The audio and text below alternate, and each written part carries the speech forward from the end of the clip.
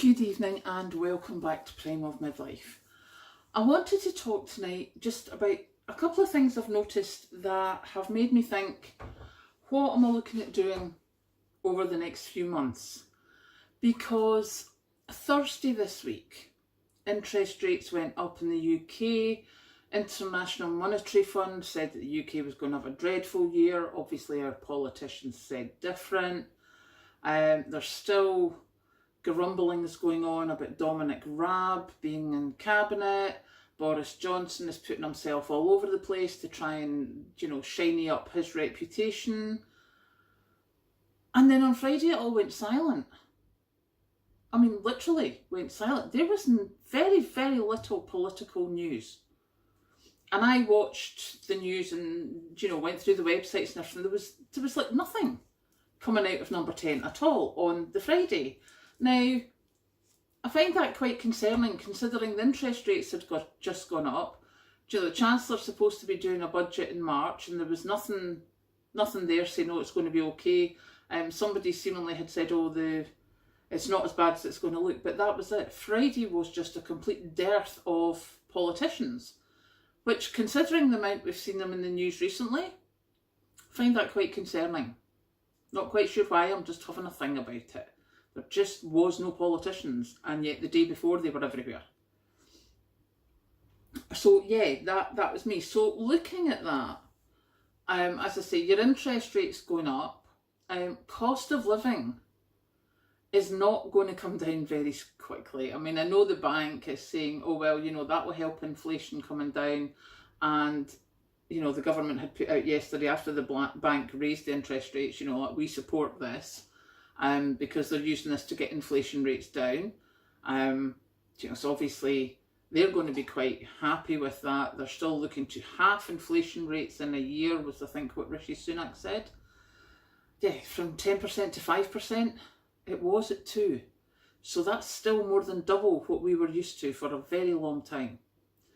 So yeah, that's quite concerning. So it's just not going down to where we were before, and international relationships, I think, are becoming a bit more dicey. So all in all, that means that I don't think things are going to get much easier over the next few months. They may do by the end of the year, but certainly over the next few months I don't see it.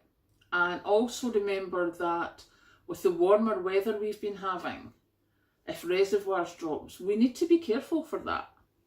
So what I'm looking at doing in the next coming months is building up my preps again, shifting some of them out of here to different places and building them up again, hopefully, learning how to not fail at my prepping, but also things like, as I say, the cost of living isn't going to go down anytime soon. So your electricity prices are still going to be pretty high, your food prices are still going to be pretty high.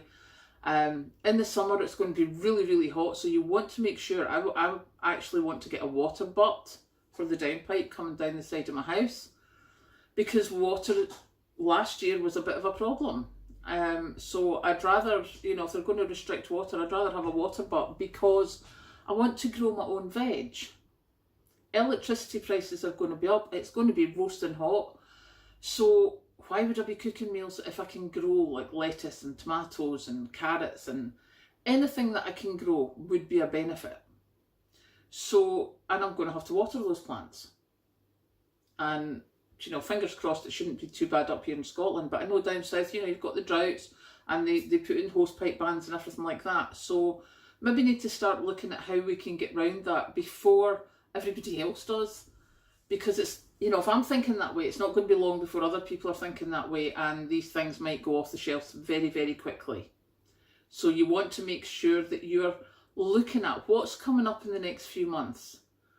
What are you going to need to get you through the next few months? Is it going to be preps? Do you need to get more of them if it's going to be difficult for another year? Do you want to try and prep some more, or do you think the prices are going to come down? Are you willing to take the chance that this is the peak price? Because I am not. Something shocking that I saw, I know if you watch Marianne at Wallflowers, She did some shopping, and I remember she got some mince from Asda, and it was £6.30 a kilo. And I went on to Asda that very same day, my Asda online, and we were £6.60 a kilo. And yesterday I went on to our local butcher.